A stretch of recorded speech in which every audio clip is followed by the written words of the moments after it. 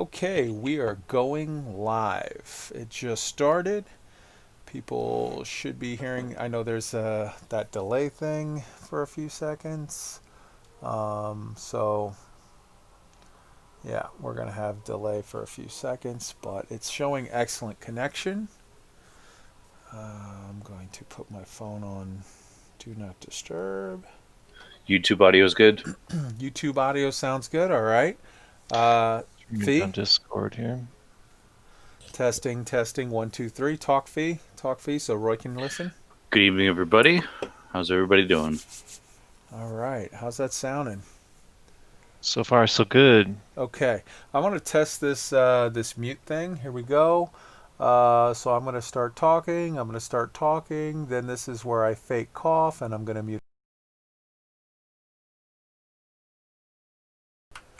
All right, so this actually works better if you guys talk as well, because we're testing to make sure if it mutes you when Test I mute. 1, 2, 3.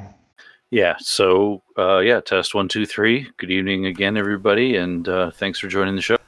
Okay, so I'm going to talk now. You guys keep talking some more. I'm about to mute in 3 seconds. Talk, Mary talk, had a talk. little lamb. Its fleece was white as snow. All right, everybody that was just listening there, did you hear the full Mary had a little lamb, its fleece was white as snow? It didn't cut out at all when I did that mute. Warning, the stream's current bitrate is lower than the recommended bitrate. We recommend you use a stream... I don't know what the hell you're talking about, dude. All right. Whatever. Disney XD says audio is good. All right. So we're getting stuff out of the way. We're going to take a minute or two. Hi, everybody. It's Friday night. I hope y'all are ready to party.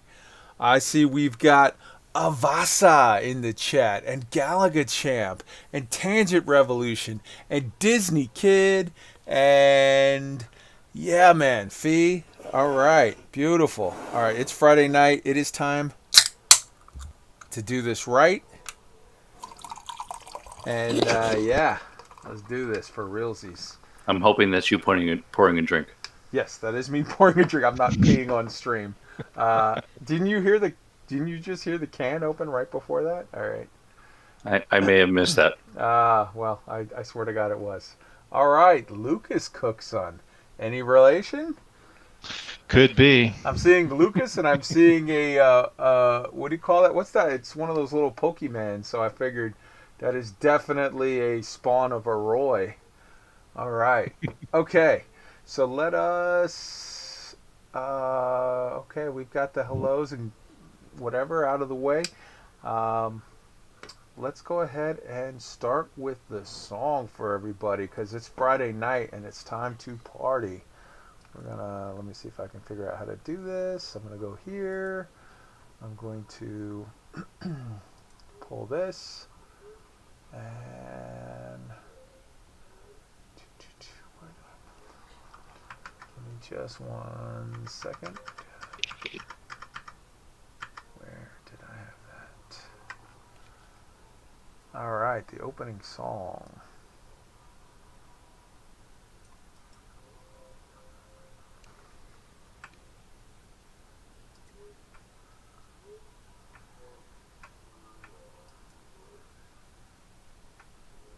All right, so if I go here, it's starting to play. Beautiful. And I can copy that. And play it through the Discord. I'm probably doing this way more complicated than you need to, but we're going to edit all this out when it goes to the podcast anyway, so who cares? I can't wait. It's going to be awesome. All right. I heard that.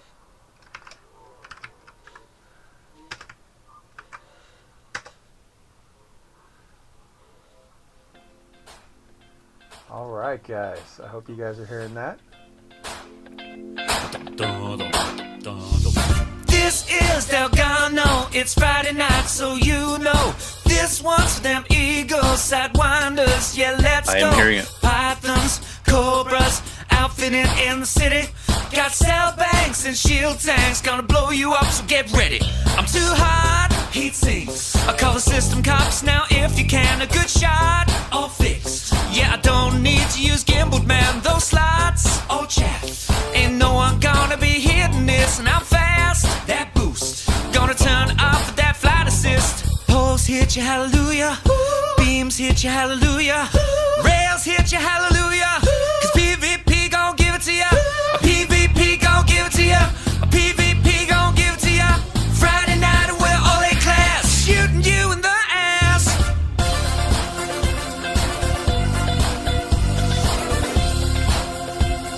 Shooting you in the ass.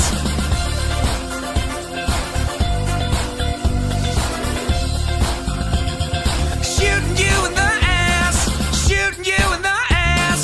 Shooting you in the ass. Shooting you in the ass. Oh, oh, oh, oh. Stop. Wait a minute. Crosshairs up, I'm gonna get you in it. Pop my chaff and check my pips. Fuji and tea, gonna take a sip. Right to Hudden, all it up. Lee Steer, Camp Shadows. If you show up, we're gonna blow you up in epic PvP battles. I'm too hot, heat sinks. I call the system cops now if you can. A good shot, all fixed. Yeah, I don't need to use gimbaled, man. Those slots, all chaff. Ain't no one gonna be hitting this, and I'm fast. That boost, gonna turn off that flight assist. Poles hit you, hallelujah. Beams hit you, hallelujah. Rails hit you, hallelujah. Cause PvP gon' give it to ya. A PvP gon' give it to ya. A PvP gon' give it to ya. Friday night and we're all A class, shooting you in the ass.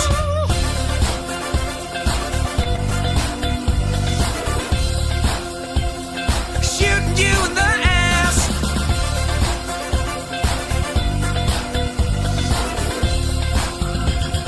Shooting you in the ass. Shooting you in the ass. Shooting you in the ass.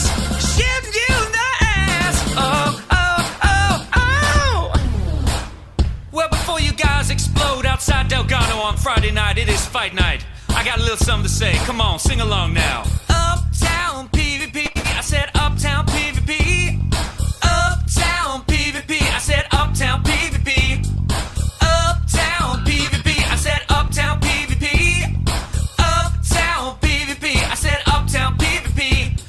Hyper, jump on it. Get your ass out and flaunt it. Your Cobra is now wanted. Don't brag about it, just shoot. Hyper, jump on it. Get your ass out and flaunt it. Friday night, we're all A class, shooting you in the ass.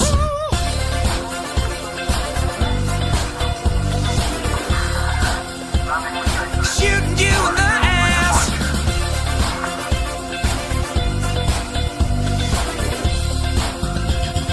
Shooting you in the ass. Shooting you in the ass. Shooting you in the ass. Shooting you in the ass. Oh, oh, oh, oh. Uptown PvP. I said uptown PvP. Uptown PvP. I said uptown PvP. Uptown PvP. I said uptown PvP. Uptown PvP. I said uptown PvP. Uptown PvP. I said uptown PvP. You know what night it is. Uptown PvP. I said uptown PvP. It's Friday night. Uptown PvP. I said uptown PvP. Uptown PvP. I said uptown PvP. Yeah. You goddamn right. It's Friday night and it's feeling good. All right, everybody. That was. Yeah, you know that was my first takeaway too, Kai. Is we put this off last night, and I think there was a good reason, just so this song would work. Absolutely. I literally was just dancing in my chair for the first I don't know, minute of that song, and then I was like, oh yeah, I should probably people are watching the screen. I should probably be doing something. That was a kick-ass little tune, man. So that was Uptown PvP, the Elite Dangerous Uptown Funk parody by Elements _. It's ELEMENTZ _. I will have a link to his SoundCloud page in the show notes once this is all done. When we're done streaming and I type up all the notes and it goes on to recording. So give it like 2 hours after we're done and it'll be in there for you. But I hope you guys dug it. Welcome, ladies and gentlemen. This is Elite Week. I am your host, Kai Zen, and this is a Galactic Watercooler. It's Friday night, and it's time for fighting. Tonight we've got, obviously, myself.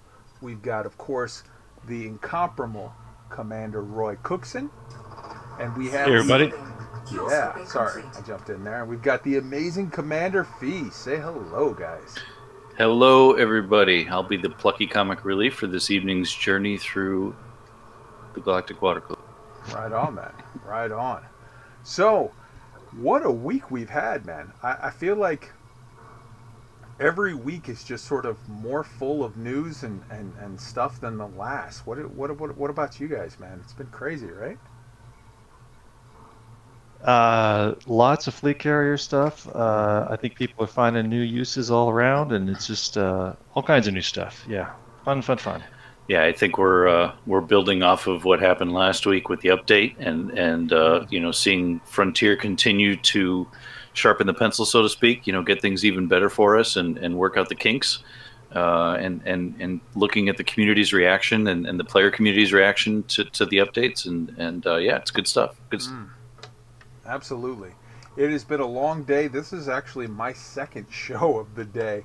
I started work fairly early, I would say a couple hours before everybody woke up, and finished early, and then came home to record Elite Week episode 17, which was an interview with Alec Turner with regard to the new Buckyball / Elite Racers race. It's like a combo jobby that they're doing together, and it is the well, we'll get to it in a little bit, but I just did that interview earlier today, and now we're doing the second episode because we have to talk about all of the stuff that happened this week. So let's dive right in, guys.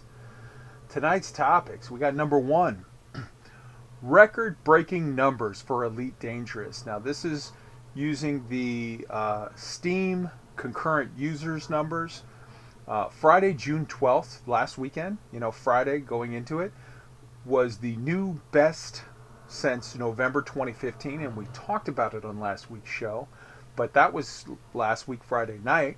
And then Saturday, June 13th, was the new best record ever, and then Sunday, June 14th, was the newer best ever. It topped even Saturday. So we were looking at concurrent users over 20,000, and that's just Steam users, and that just covers, the PC platform. So when you add in non-Steam user PC players, people that bought directly from Frontier, and then you add in PS4 players, and then you add in Xbox players, you've got a lot of players out there that weren't even covered under those numbers. And I am being interdicted right now, so we're going to have to go ahead and kill this guy real quick. But if you look at those numbers, those were massive. And then on top of that, you have... Impulse attack. Trajectory One disruption. second. Under attack.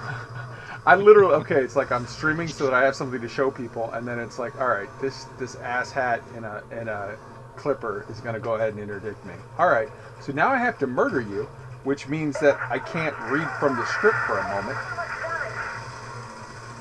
So Kai, I think we can help you out here. Yes, while you hop in. are defending yourself from all the ne'er-do-wells. That is the point of us having that script on there on the Google Doc. So you guys hop in with that one real quick. Yeah, so I think my impression from the numbers going through the roof here is that basically it's good to see that fleet carriers have pulled perhaps a lot of people back to the game that perhaps had stepped away. So we're starting to see those numbers go back up, and then on top of that, oh look, now I'm being interdicted. Oh gosh. It's Friday from night, here? folks. I got it. I just killed this guy. I'm good. I'm flying one-handed. It's all good. So not only were those 3 record-setting days, but the month overall, the month of June 2020 is on track to be the best month ever for Elite. It's supplanting April 2020, which was the record for monthly average hourly concurrent, and November of 2015, which broke the record for peak concurrent, which we've already broken Scan detected. twice. Well, actually, 3 times on Friday, Saturday, and Sunday. Now, obviously, the numbers went down a little bit when you leave the weekend and go into the week because that's the nature of things. Normal. Programming Yeah, limpet drone. you're gonna have Programming higher limpet numbers drone. in the weekend, so that's just sort of to be expected. But the fact of the matter is Rotoscope deployed. this weekend I would assume that the numbers are going to be a little less than last weekend because it was the brand new, so everybody was getting in there for the Collector first limit time. expired. But the fact of the matter is like these numbers are incredible. We're breaking records. There is more interest in Elite than ever. Fleet carriers, for all of the people that were like, hey, what's it for? I don't get it. Dude, people are showing you what it's for. They're going out there and they're getting it done. They're doing stuff with these things. And then there's also the Odyssey. There's hype for that. Guys, how are you feeling about all this? These numbers. That was exactly what I was going to say. Now that I've survived my interdiction, is it's not just the fleet carrier launch, it's also the Odyssey video, right? So all the FPS junkies are now seeing what's coming, and so what they're trying to do, hopefully, I'm just kind of using my optimistic hat again, is get into the game early, so that they're prepped for when that drops. So I think there's like you said earlier, there's a lot of hype going on, right? But there's a lot of excitement, and it's all compounded, which is a good thing. It's great. I can think of a couple things. One is anybody that I knew who was on the fence about a fleet carrier has bought one, and those that have bought them are finding more things to do with them. So I could see even just an increase in existing players' playtime in the recent past because there's just all these new things to do. Right on.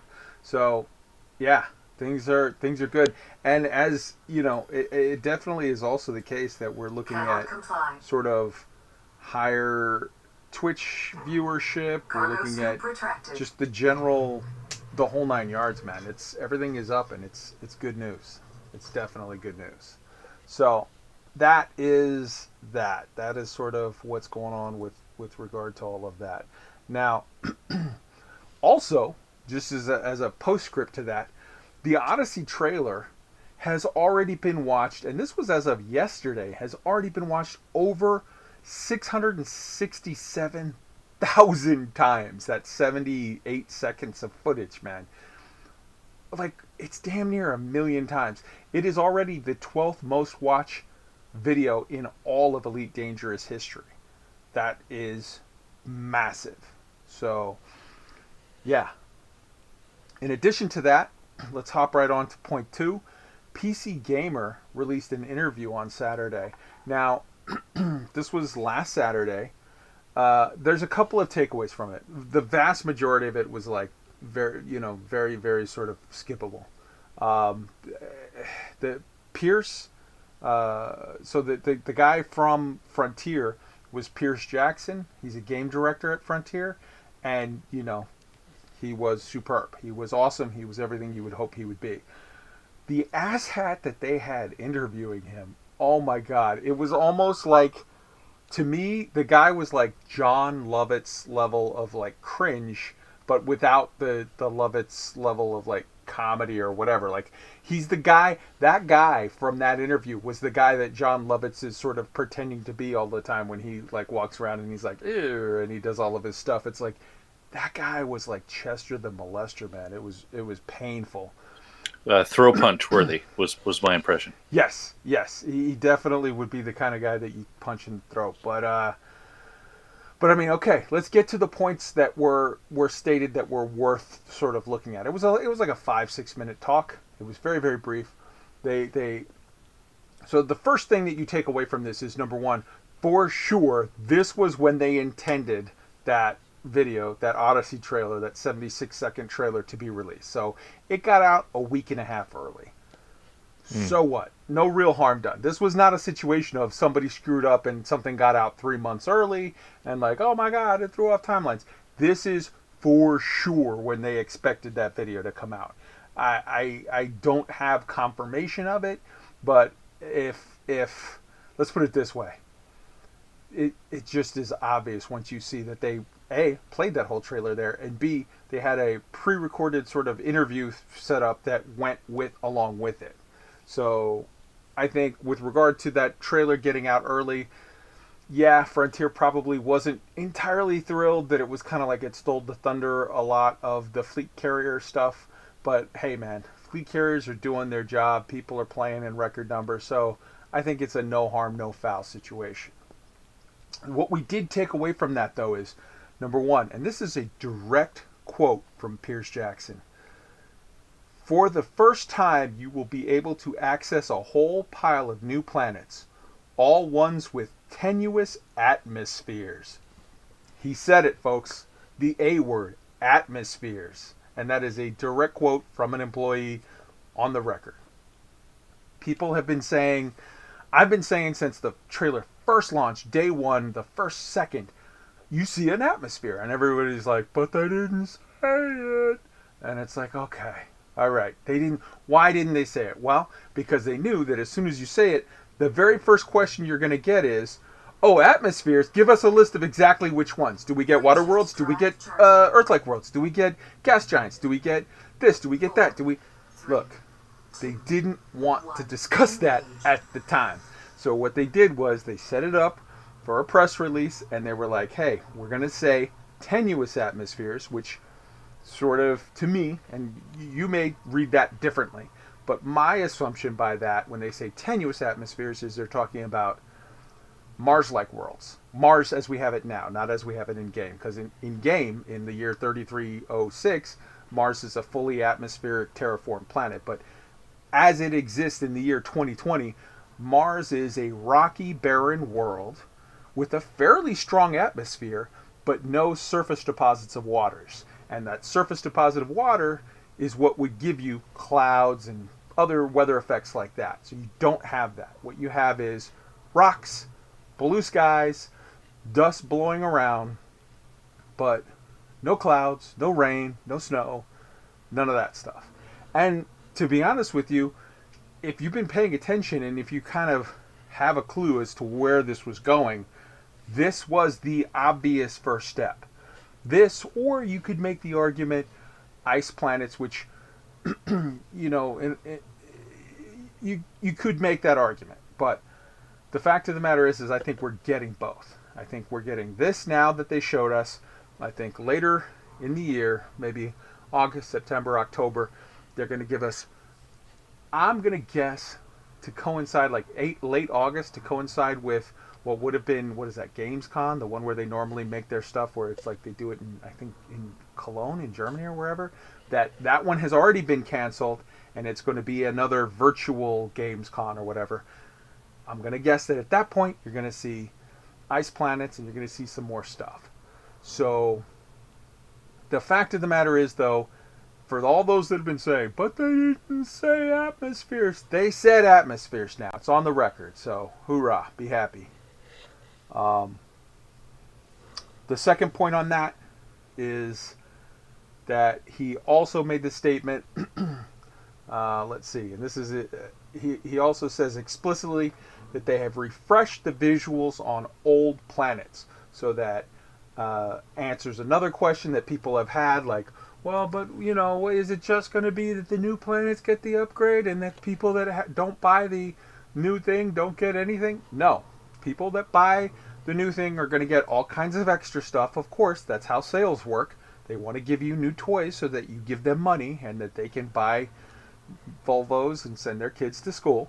But people that are the cheapskates are going to benefit from this, in that they're going to, you know, people with Horizon level planets are going to enjoy the graphical upgrades as well. Guys, hop in here with your thoughts on this. Do you think that means that the old planets will get whatever new assets are being developed for the tenuous atmosphere planets? I think some of them. I mean, they obviously won't get the assets that involve an atmosphere, so you won't get things like probably, you know, dust effects and like whatever, but you Sure, will I'm get... thinking like new bases or whatever you can walk through, the space leg stuff. I don't know about that. I would think yes, but it's too early to know for sure. That at this point, if I had to bet, I would bet yes, but it's not like a 90% yes, it's like a 60-40. Like I would bet yes, but I Mm. wouldn't bet the farm. What do you think, Fee? Yeah, I mean, based on what we saw in the Odyssey video, my interpretation of what we saw in the PC World, or what we heard rather, in the PC World interview, is kind of what I've been talking about here and there. Is, guys, remember, we're playing a game that goes back to 2015, 2016, right? So from a graphical perspective, it is somewhat dated. So in my opinion, or my interpretation of what we heard in that interview, is essentially that they are going to polish up some of the graphical elements related to the planets that we've been visiting, perhaps with our SRV, so that things are going to look a little bit more fresh. I could talk about things like DirectX 12, perhaps some additional, newer graphical enhancements. I could talk about that whole ray tracing thing if we want. I don't know if that's going to come into play, but I would like to see those types of improvements where we're bringing the graphical standards of the game out of 2016 and into 2020 and beyond, to look at that level of polish. I mean, we're playing a AAA game, right? Let's see it evolve into 2020 that way. Well, let's not lose sight of the fact that there's going to be some changes that we know of because, okay, number one, it's not going to be, oh, we're moving to the cutting edge of technology, because it still has to work on, they've said already, it will be compatible with PlayStation 4, it will be compatible with Xbox One. Like, that's the one they call it now, right? So we have to keep that in mind. But there was upgrades that were made to Horizon level content that had to be abandoned by Frontier because of the fact that it wasn't supported by the shader thing, whatever, with Mac. And they abandoned the Macintosh sort of, they abandoned the supporting the Mac platform, and now that gets rid of all of that headache of those very sort of specific issue with, and I'm not a computer guy, so somebody else can probably answer this way better, but there was things that they couldn't do because the Mac shader system or whatever didn't support it or wouldn't work with it, and that headache has now been resolved. So that does allow them to make certain upgrades. Obviously, you have to really sort of limit your expectations on what they're going to do to change the older planets, because that's going to be a lot of additional work. If, depending, if it's all proc gen, it's not so much a lot of extra work. It's just create the models, and if it can do it on the old ones, it can do it on the new ones. But if you're looking at like sort of handcrafting stuff, so I guess kind of what I'm saying, Fee, is I would expect that the old Horizon planets will get the graphical upgrade so that the terrain features will look much, much better, as we saw in that trailer, but maybe not as much on the side of, like, you can still get out and walk around maybe, but maybe like the new settlement and outposts that they referred to specifically in the announcement trailer, maybe those will be limited to the Odyssey planets, if that sort of answers. No, that. I get you, and even M Graham in the chat brings up a good point. Let's I would suspect, or he would suspect, that Frontier would focus their efforts on new content that would enhance the experience beyond what's already in place, instead of wasting time, so to speak, of enhancing what's already there for not a lot of reward. M. Graham, forgive me if I didn't convey that correctly, but basically, I think you're saying the same thing. Is basically, give us the new experience, show us some new improvements, and really, when you were talking to that guy, what I was thinking about is how will the planet experience be different now that we've stepped outside of our SRVs or our ships, and we're now walking around the planet? How is the experience of the planet going to look different because we're now even closer to the surface than we were when we were in our SRV or our ship? And I think those pieces, touching back to what we're going to get from Odyssey, is what we're going to be looking for when we actually put our feet down on the planet's surface. Okay. I mean, yeah, man, interesting. Interesting. I like I said, my guess is that the graphical upgrade, like you're going to see prettier planets, but you're not going to see more sort of like content to engage in unless you pony up for the Odyssey stuff. But we'll see where that lands. It's still, with all of this, it's too early to know for sure. The most thing that the thing that we need to do is like you need to be hopeful, but don't expect stuff, because when you expect stuff, when you're like, oh, for sure we're getting this, that's when you leave yourself open to get really sort of disenchanted and angry and whatever. And it's like, dude, don't count your chickens before they're hatched. And I'm guilty. I am so guilty of this, because my mind runs away with, they can do this and they can do that and they can do whatever. And it's like, you just need to sort of, for what I hope for from the old stuff is prettier planets. But as you know, as an example comes up in the chat, don't really expect for a whole bunch of new stuff from Dav's Hope. What I would expect is Dav's Hope will look prettier, and that's fine, that's whatever. And the new planets, the Odyssey planets, the quote unquote tenuous atmosphere, and then other atmospheric variations and or ice planets, will be the ones that sort of get new actual like stuff to play with.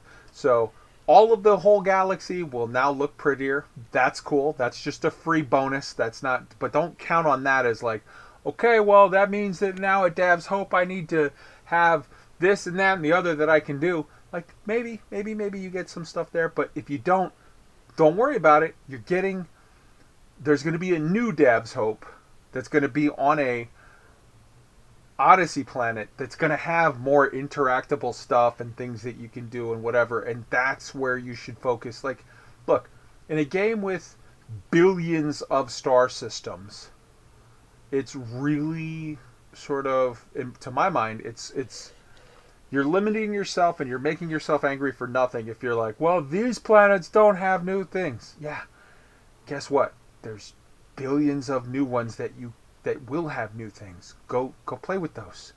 On the old ones, they're just giving you a for free. Here's some extra stuff that looks cool. Enjoy. Bye bye.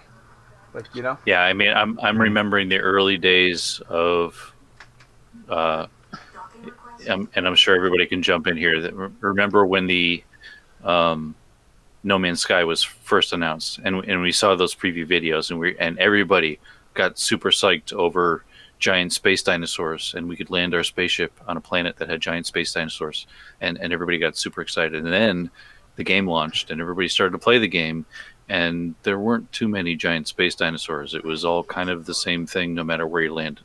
I think from a procedural standpoint, and I think that's what a few of the guys are talking about in the chat, is that there are some limitations there. So I think, to your point, Kai, it's early, right? We've got to be, as I mentioned in previous shows, patient, right? We've got to be patient and see how this all pans out, and not set our expectations too high, because we're only going to set ourselves up for disappointment. Or too low. Or like, or too low. Yep. Don't hate it now and don't love it now. Just chill and wait, and let's see what comes.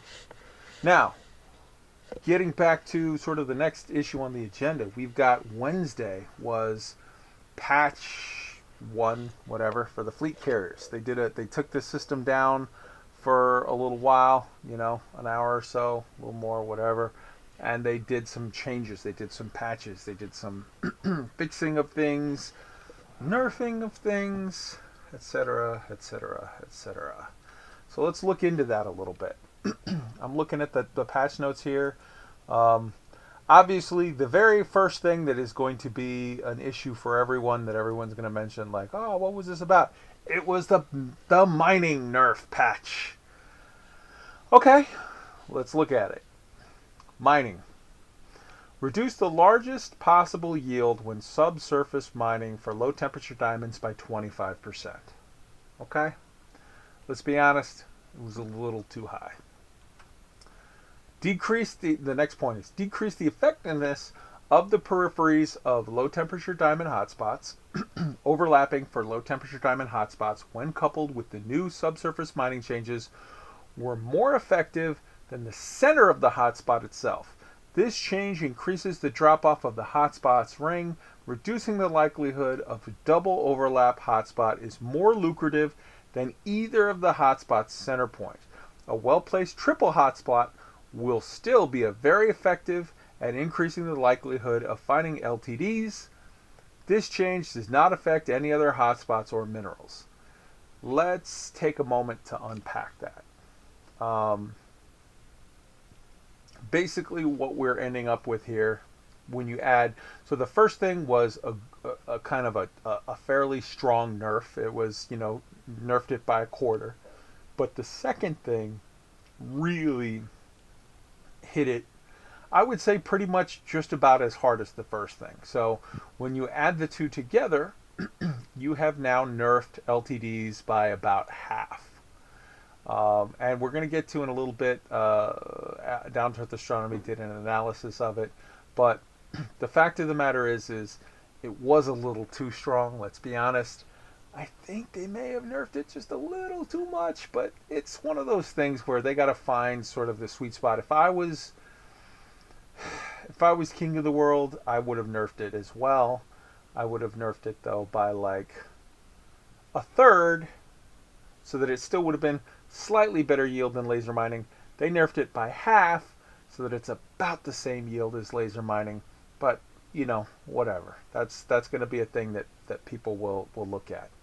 Guys, do you have any thoughts just specifically on the mining thing before we move on to sort of other parts of the notes? Maybe just like, is it their intention that mining is always the most lucrative thing? I think the only thing that even on the radar that might begin to challenge it if they did more tuning is the arbitrage in tritium. Yeah. Well, and that's temporary. That's very, very right. temporary. Well, that's not going to last. We'll get into discussing that on the state of the game. But yeah, right. Yeah. Let's talk about that a little more on when we get to state of the game. But I guess my point is this was a move to tune this down, but down relative to what? Like nothing. This doesn't make anything else greater than it. So it's just down. It's sort of down relative to itself in the extent of this isn't a low temperature diamond nerf sort of compared to all other things, because let's face it, as it stands now, low temperature diamonds are still better sort of to mine than painite was before. It's not like we're going to switch what we focus and say like, whoa, now we're doing painite or now we're doing void opals instead of whatever. No, that's not what it is. What it is we kind of made the subsurface mining thing a little too strong, and we kind of made with the triple overlap. If you use the triple overlap along with the subsurface mining, you end up with a thing that's overly strong. We want to lower that a little bit compared to itself, and what I mean by that is to say like subsurface is a little weaker, which makes straight laser mining a little stronger, but for the exact same thing, low temperature diamonds. So they reined it in a little bit and said, "Oh, that was a little too much." And I think it seems like this was. Go ahead. Sorry, go ahead. No, go ahead. I was going to say this seems to be just simply what they said. There was, categorically the center should be better than the ring around it, and I agree with that. It wasn't an attempt to balance this with anything. I think honestly, what they should have done, and this is just me, and this is just an opinion by a dumb Marine who does not know sciencey stuff and does not know game development stuff. So let's just call it what it is. I'm probably an asshole that's speaking out of turn here. But I say that as I open up another drink because it's Friday night, and this is the time where I get to talk like that. I honestly think that what they should have done is done the second part of that fix, where they weakened the overlaps, right? And made it to where the core is always a core is always stronger than an overlap, because they have a weird exploit where when you add two overlaps together, so like you say the core is at a high percentage, the overlap you have drop off from 1, but you have extra bonus from 2, and then if you have 2 extra bonuses for a triple overlap, it just sort of throws it out of whack. But here's the problem: if they would have just fixed that part to where the core is always stronger than the overlaps, and not nerfed the 25% off of subsurface, what you would have ended up with is the meta, the fastest smart way to try to sort of get the most return the most efficiently as possible would still be to subsurface mine, but to aim for the core instead of the overlap. And what they did instead is they kind of whacked it just a little too hard, not a lot too hard, but just a little too hard, and it left it such that now the meta is going to go right back to laser mining. And I think to me, they took a thing that had gotten no love. Everybody said subsurface mining is dog shit, laser mine it's faster. And then they put out a patch that said, oh, we're going to make subsurface mining super, super strong. That'll be cool, right? And everybody was like, whoa, subsurface mining, it's a new gameplay loop. There's a whole mini game where you got to line up, you got to aim at the little thing and fire your little digger missile, and it goes through, and you got to wait till you hit to the red spot, and then, boo, you hit the little release, and then, boom, you get the rocks, the flaming rocks come at you. This is neat, this is cool. And then they were like, oh, it's too much. And it's like, okay, you missed the fact that it's too much because you screwed up the overlaps. It wasn't too much because the actual thing was broke. Because they took a thing that nobody cared about and they made it, and is more interesting and intricate. And there's a mini game and you have to actually think. You have to engage your brain. You can't just watch Babylon 5 or The Expanse on your second screen while you aim at a rock and hold down the trigger till you hear asteroid depleted. They took that away. I use a twist tie. Yeah, okay. They took that away.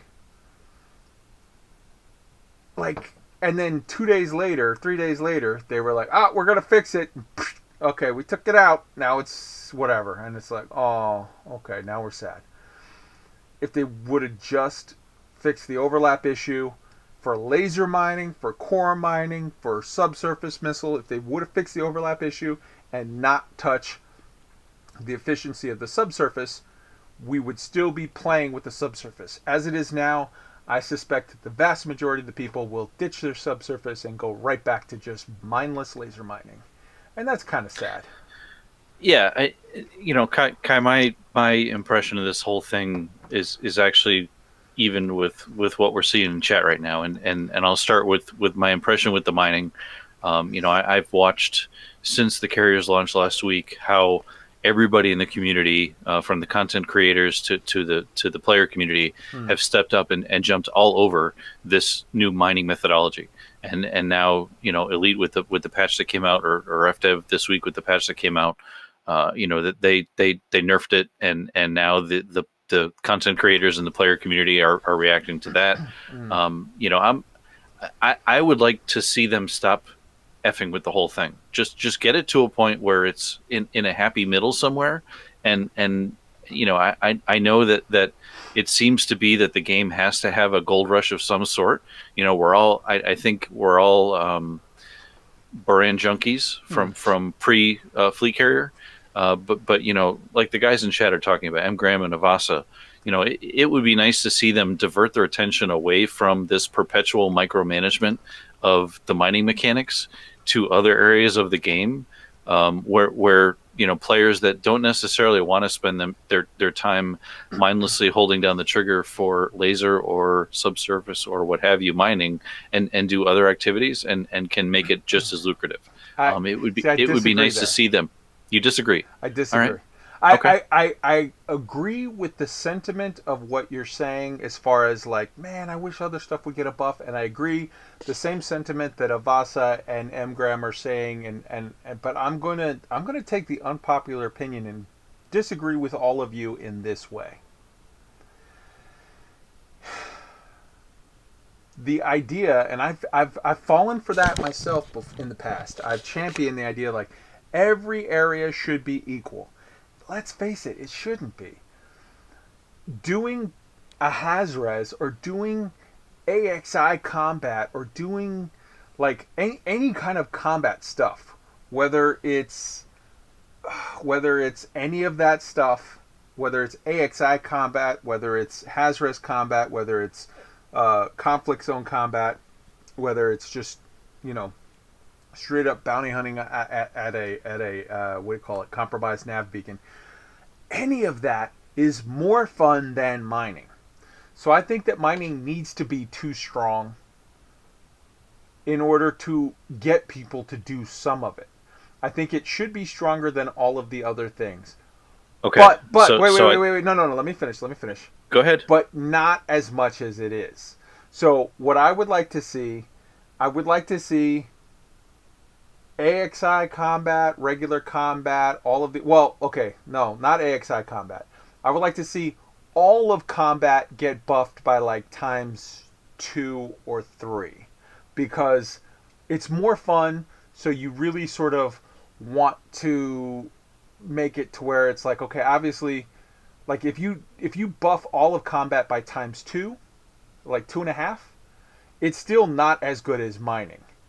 I think you should buff AXI combat by, say, by ×5, because of like all of the combat stuff is funner than the non-combat stuff, let's be honest.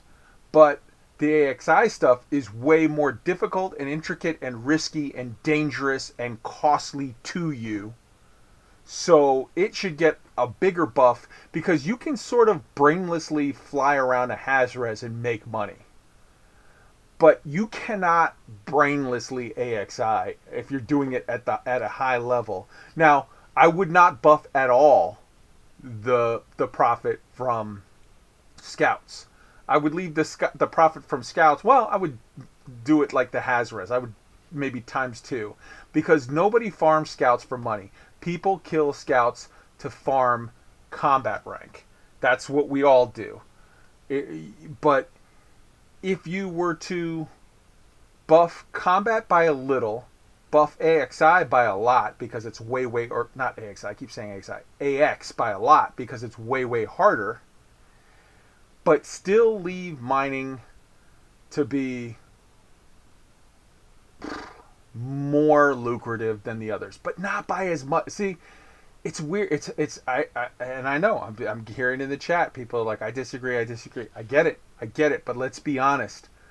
Combat is way more fun than the other stuff. No one would ever mind. Well, most people, the IMU are gonna mind because they like breaking rocks. But me personally, I would never ever mind if it were such that I could make as much money doing combat as I could doing and yeah, PvP is a whole other argument. PvP is a mess that they need to figure out, because there's no point to it right now, and somebody smarter than me has to figure out how you fix that, because honestly, I thought through a dozen ideas where I'm like, duh, they should just do this, and then if you sit on it for a day and think on it, you're like, oh, that creates a problem with that.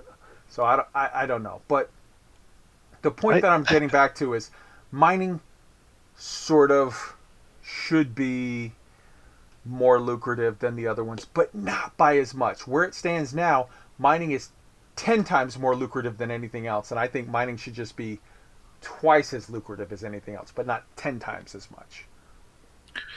Yeah, I you know, the more you talk through this, Kai, the more I'm thinking about what I experience a lot with my employer, right? You basically, and chime in here if anybody else has heard this, is the whole, you know, you get to pick two, and in my line of work, it's quality, cost, and speed, and so you basically get to pick two of those three, and that's what you're going to get. And I think what we're talking about here, as it relates to combat or PvP or mining or trade or whatever it is that you want to do in the game, you get to pick two of the three. And I've been trying to think through what those three variables are. And very much the first variable is profitability, right? How much money am I going to make for doing the thing? The second one is how much fun am I going to have doing the thing? And it may be that the third is how fast am I going to do the thing? and you basically get to pick two of those three things. I'm like I said, I'm still trying to figure out what those three variables are. But it very much seems like mining is very much the thing that gets you the most money. It very much seems like the thing that is probably the least amount of fun. Maybe some people do enjoy it, like the Burr Mining Company and other people. But I think that's basically it. You get to pick two of those three things, and that's the thing that you do. So I think that's kind of the algorithm that we're dealing with here. So again, just to clarify, I'm not saying that the other things should not get a buff. I think all of the other things should get a buff relative to mining, because as it stands now, mining is 10 times faster than anything else you could do. I'm just saying that it shouldn't be exactly even. If you make it exactly even, I think 90% of the community fucks off from mining and never does it again. And just like in life, there are things that you do that it's like, okay, this is kind of a chore, but I'm doing this to achieve a goal. And I think there is some benefit to having some bit of that in there. No, but that's my point. I mean, if you use the pick 2 out of 3 algorithm, it may be that mining is going to be the stronger piece as it relates to money making, but it's going to suck as it relates to fun, or it's going to suck as it relates to time. Just use those different elements and watch the things. Think about it like pips, right? So you put more pips to money, you're going to do mining. If you put more pips to fun, chances are AXI or something else is definitely going to be. It's very much a variable thing. I don't think it can be. You can have level pips to everything, and have it be the same. It just doesn't work that way. That's why the ships are designed the way, right? And I know it sucks. Go ahead, Roy. We hop in. No worries. One of the things I keep thinking of is, right, it's a game, and there's lots of different ways to play this game, and that's a feature of this game, is there's different modalities that people can invest a lot of time in. And what I see is each time one of these patches comes out, everyone's now analyzing, does this make the way that I play the game more or less fun or more or less profitable? It's like the pick 2 kind of idea. But we're left with trying to decide this with little bits of information as each patch comes out, and it may be we're over reading the tea leaves here, and this goes back to weeks before when we talked about, what's the vision for this game? Like, is it the vision to have some kind of equality across modalities, or is it a vision to have perhaps a different kind of equality as measured across 3 different aspects of each of these modalities? Yeah. Knowing something about that would I think help people understand or not freak out if each of these things is correcting subsets of that equation. Right? It's like we don't have a lot of information here, and it's then it brings up all these discussions about how I play the game or you play the game, and what's fun for me and what's fun for you, and how these conflict. And I do too, and I think just again looking at what the guys Chad and Graham and Avas have been talking about, the risk versus reward, right? Risk as far as mining, I think the player community has figured out how to mitigate most of the risk with mining. I think playing in private or solo, so to speak, to be able to turn in your payload without gankers pretty much takes care of any real risk there, unless you suck at interdictions. I think there needs to that should be part of the equation. There should be some sort of modification to the reward piece, where if the risk is higher, we as players, we as pilots are rewarded higher for those things that are riskier in the Elite Dangerous universe. I get it, and that's why I would greatly improve the amount of payout for AXI versus regular combat. AXI combat versus Hazres or bounty hunting, conflict zones, it should get an absolute buff. But again, and I'm just going to say this one more time, then we're going to leave it, because it's the rabbit hole of constantly hearing the same argument back and forth, and it gets nowhere. The fact of the matter is I feel like everything else should get in the ballpark of mining, but not. I understand the concept of keeping mining slightly above the other things because it is sort of more boring or whatever. If they were to say, you can make the exact same amount doing these three things, I'm never going to mine again. I'm going to only do combat, and every once in a while, maybe, if I feel like spacing out, I'm going to do trucking. I'm going to, because that is sort of, it's, if it's equal, it's even easier to do, and is sort of a thing you can do while you're just watching stuff on the second screen. What is going on? I'm like tunneling here on this. Okay. So I'm going to hop in here to the next point, and then we're going to come back to the patch notes because we're already well into the next point. And the next point is, you know, for me, when I look at something like this with the mining stuff, I'm going to look at the analysis of a couple of people, and one of them that I really lean on even more so than others is Down to Earth Astronomy. Down to Earth Astronomy did a deep analysis on pre-nerf versus post-nerf. Pre-nerf, he was saying 400 tons per hour of low temperature diamonds versus with subsurface mining versus post-nerf 200 tons per hour subsurface low temperature diamond mining. These are both in the same triple hotspot, both with the same ship. Everything else is the same. All things being equal, he's saying that this was possibly an over nerf. Now you're going to get equal yield laser mining, which means people will take the laziest way and they will throw away their subsurface mining things. There's a possibility that with this new sort of way, there is merit to the idea of doing a hybrid method of like having, you know, maybe say, I don't know, like ditch the abrasion blaster and have a mix of the subsurface mining missiles along with the lasers, or maybe go one. It gets rough to even try to figure out because your sort of target ship for doing that in is going to be like a Python, and you're running tight on trying to squeeze in laser miners with your existing subsurface mining missiles and your abrasion blasters. But I agree with his sort of analysis of it, and we're going to include that in the thing that I think they over nerfed it a little, and now it goes back to okay, the same mindless laser mining as we had before.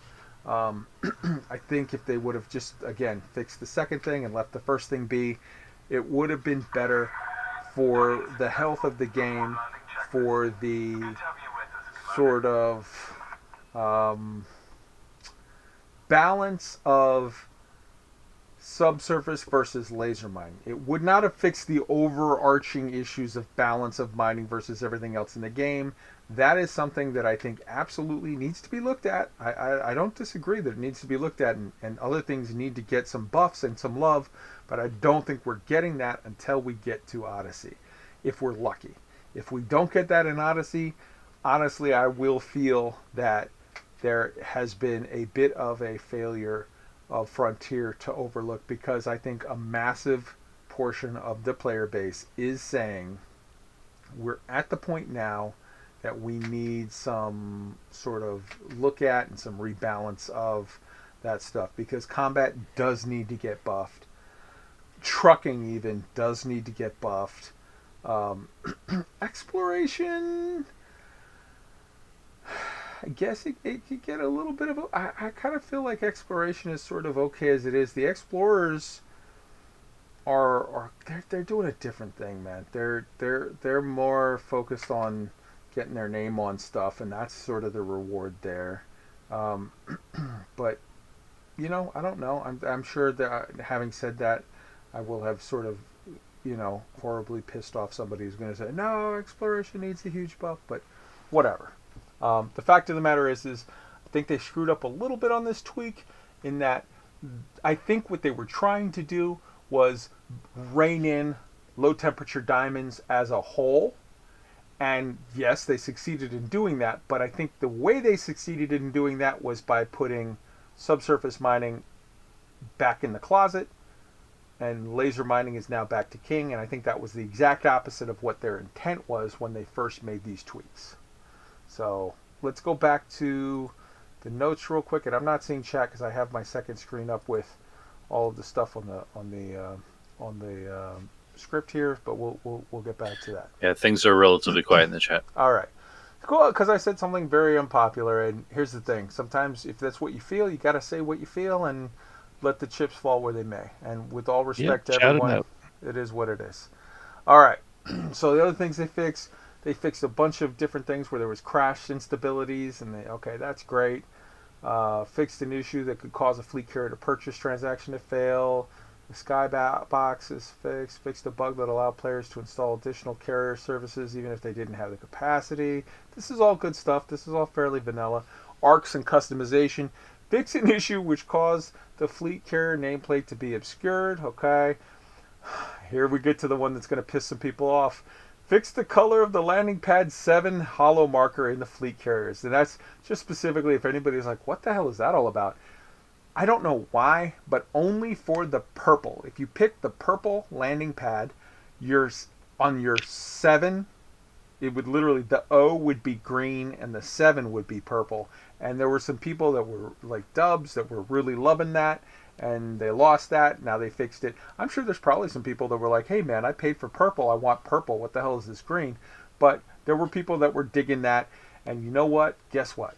If you were digging that, I'm sure they've seen free action for people this week. Some people that have said, I want my green 7 back with or green 0 back with my 7 purple.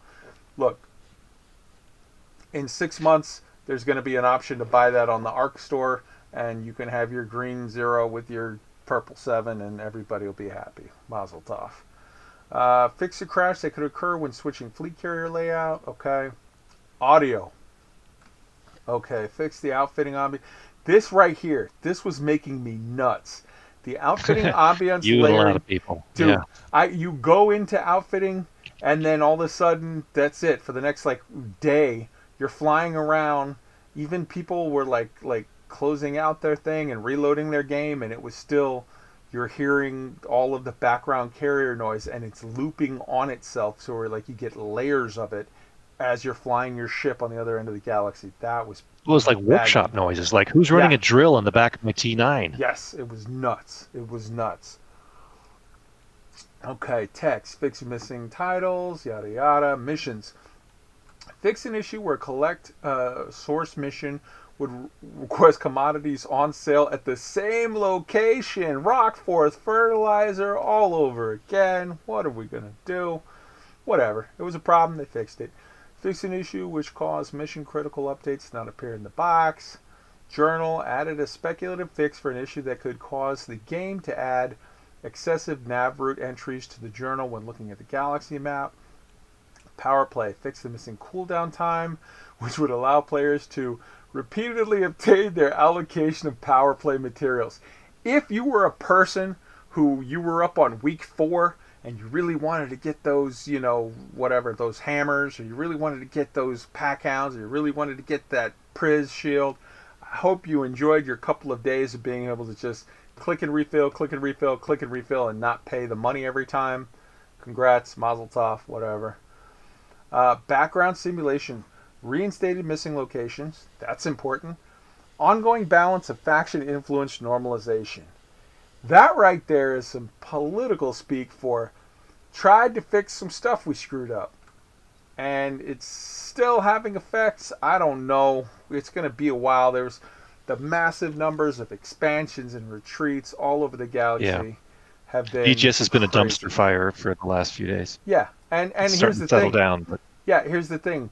We're not even going to know for a while, how, is it fixed? Is it it's going to take a while for it to come back. For all we know, they fixed everything, but so much shit was on fire that it's going to take a while for that shit to smolder. So we'll see. That is all a bunch of stuff.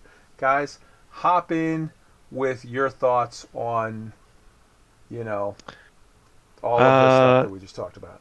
Well, I'm going to put in another vote for the green 7 on the 07. I mean, I actually bought. I started out with the blue landing pad. Green 0. The 7 was purple. And, yeah, I loved it. Whatever it was. Yeah. I bought the purple paint color for the landing pad just to get it. It was a quirky little thing, right? Yeah. It's I dig it. I it's dig it. one little thing. Why couldn't they leave it? Well, Come but on. here's the thing.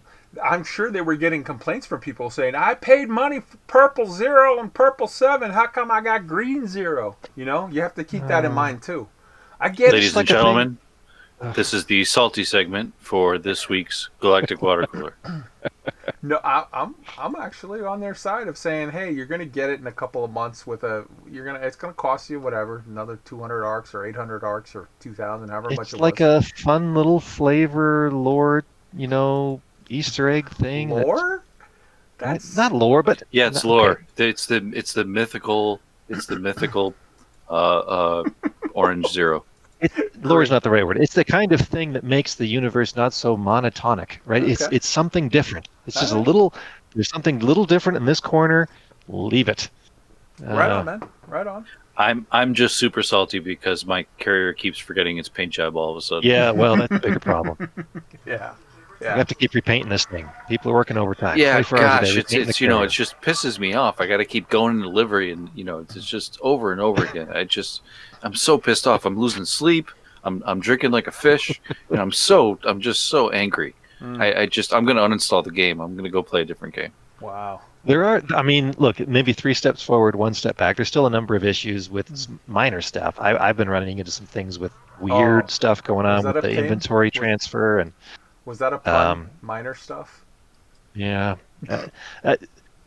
they haven't got it sorted out yet, right? There's a few things still going on. I'm sure. No, I'm just It's, joking because the biggest, all the crying, for the most part, this week has been from people talking about the mining nerf. So minor stuff. Yeah. Never mind. Yep. All right. True. So we've covered all of the patch notes now. We've covered the next point, which was the down-to-earth astronomy sort of analysis. And I mean, these are just facts, but I'm going with him because like the man summed it up beautifully he literally did a video, which will be in the show notes. He linked side by side, same ship, same place, same loop, same time, and showed you this one collected this much, this one collected that much. The analysis is it is now half as good as it was, which means that you're just as good laser mining because you can get the same yield with like brainless effort. So whatever. Having said that, if you're like, hey, if it's the same yield either way, I'd rather work a little harder because I find this other sort of game loop more interesting. So if you want to watch The Expanse while you mine, laser mine. If you want to mine while you mine, subsurface mine and have more fun. So whatever. Okay. Yeah, speaking personally, I will say that you can laser mine and actually read. You can read books too. I've done that. Reading books is totally capable, possible while you're laser mining. Yes, Absolutely. Expanse, as a matter of fact. Book 2. I read book 2 while I Caliban's was laser for it. mining Baran. Yep. Yeah, good stuff, brother. I've been talking to Edelweiss about maybe starting up an Expanse podcast, but what the hell am I doing? I have too much stuff as it is. All right, so let's All get to that free time. yeah, right. Let's get to the next point, which there was an article from GameIndustry.biz, and this isn't so much a huge thing, but it didn't make a lot of waves in the community. But I found it super, super interesting. And the article was, "What makes a good bug report?" Now, I want to clarify. This is not aimed at us. This is not aimed at the end user.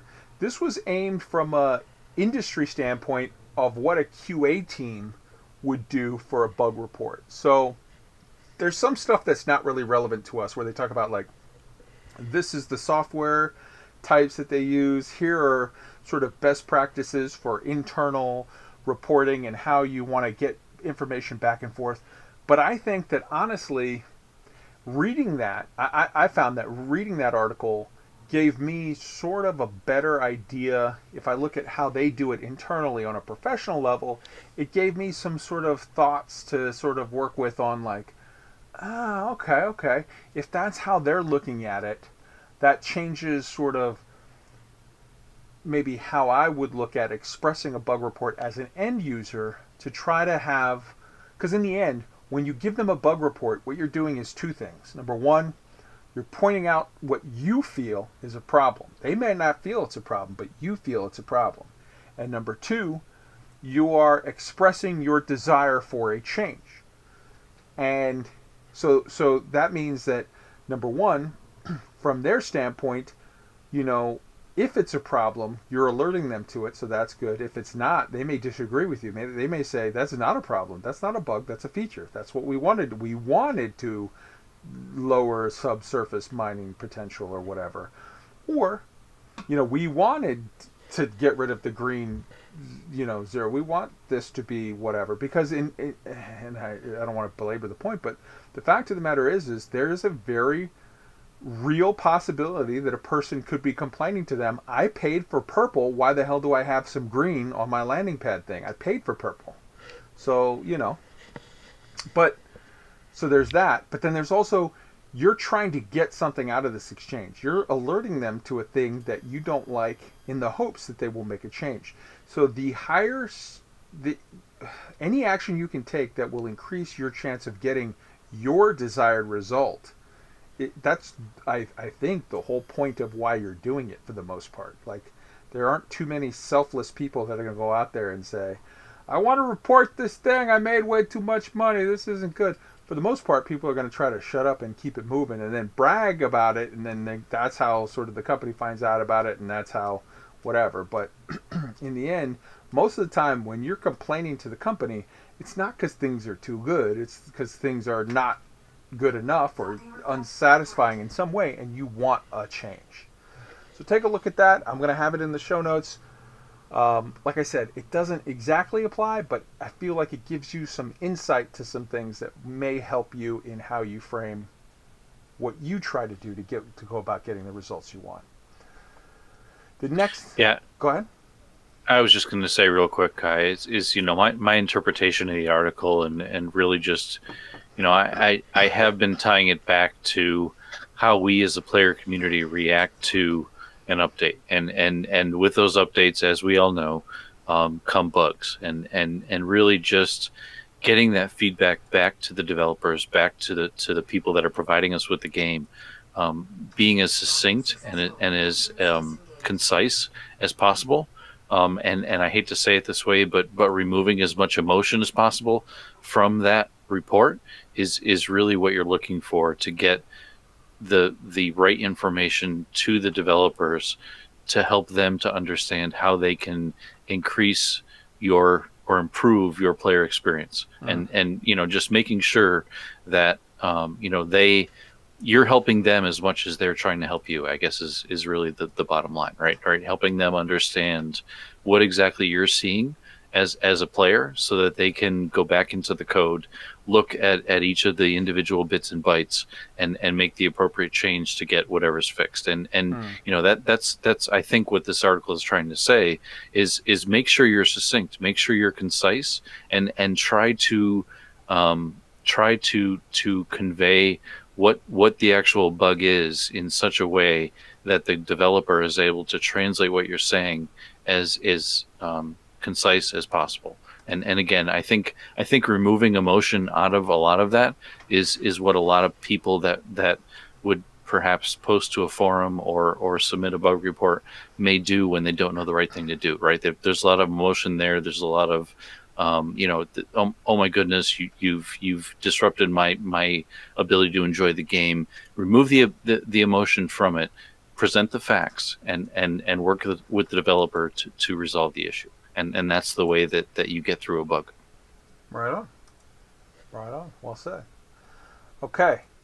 So, looking at the next thing on the list, I'm going to skip one, and we're going to go down to the next thing we have is the interview I did earlier today, the Buckyball Race Club. They have the Engineer Canyon Mayhem. It looks like a very, very cool race, and it's already started because it started as of Saturday server time, which was like 2 hours ago, whatever, GMT, or UDT or whatever. So that's already going. And this is a very, very cool sort of race where you fly around to 5 engineers. The lore story or whatever the explanation background for it is, you're taking these engineers home from a community meet. That's why the play on the ECM, the Engineer Canyon Mayhem, it's a play on ECM.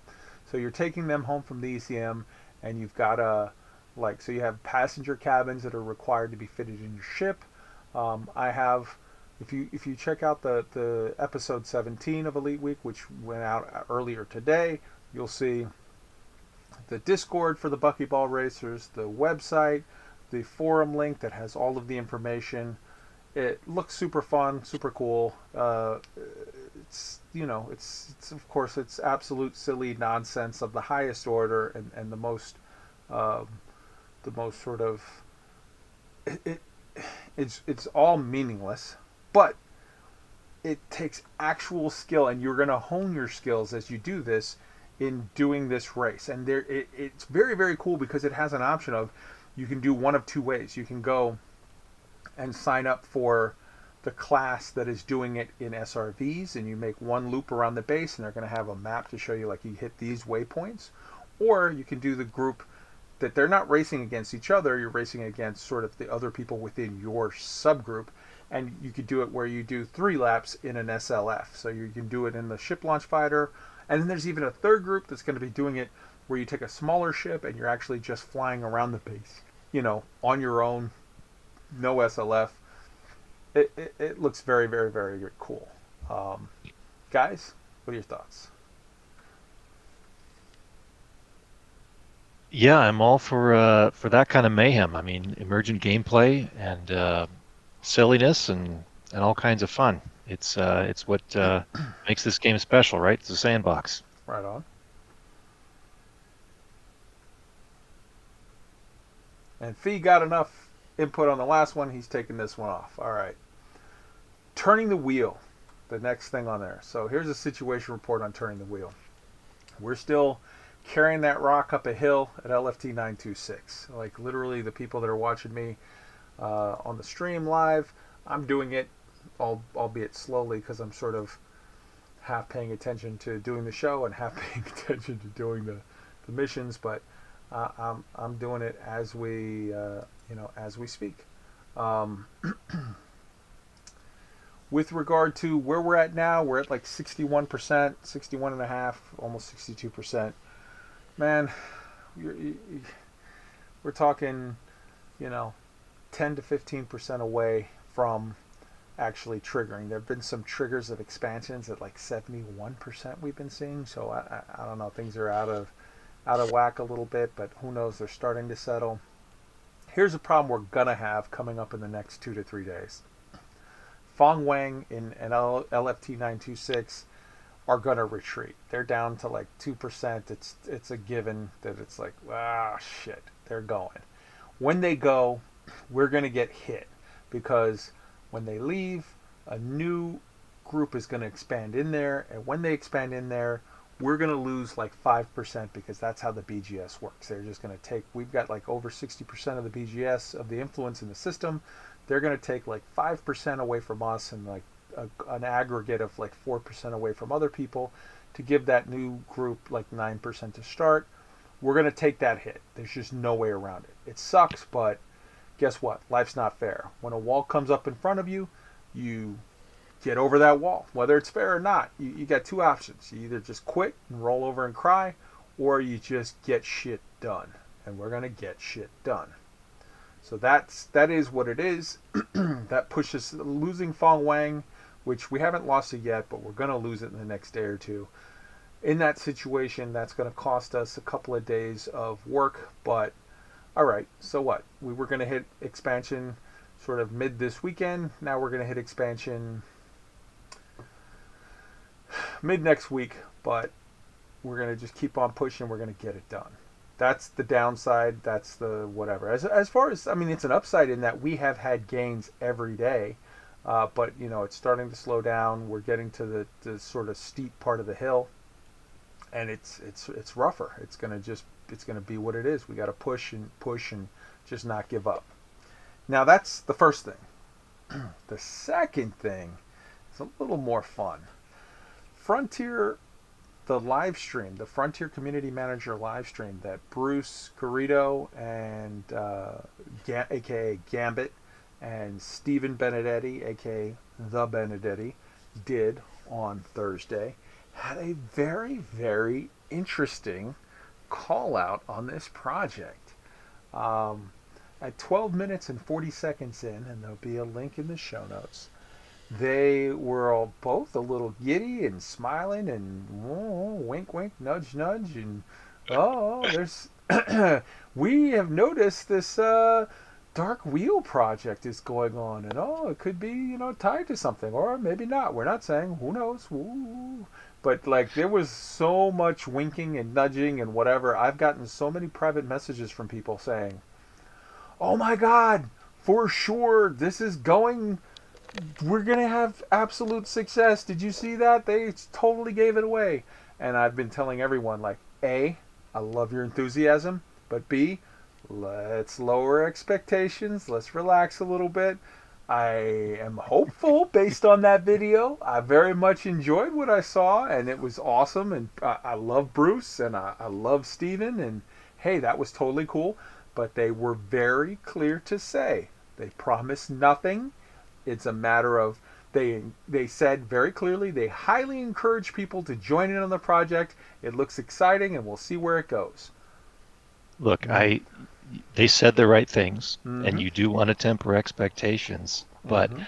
I don't know how you can watch that segment and not observe the body language and not get excited. Oh yeah, I'm gonna leave it at that. oh yeah, I get that, and I was totally excited myself. So I'm right there with you. Fee, what do you think? Yeah, I would agree. I mean, I think I spoke last week during this podcast that perhaps the slip up that we talked about last week may have been somewhat intentional, and whether or not that body language confirms that, I still think remains to be seen.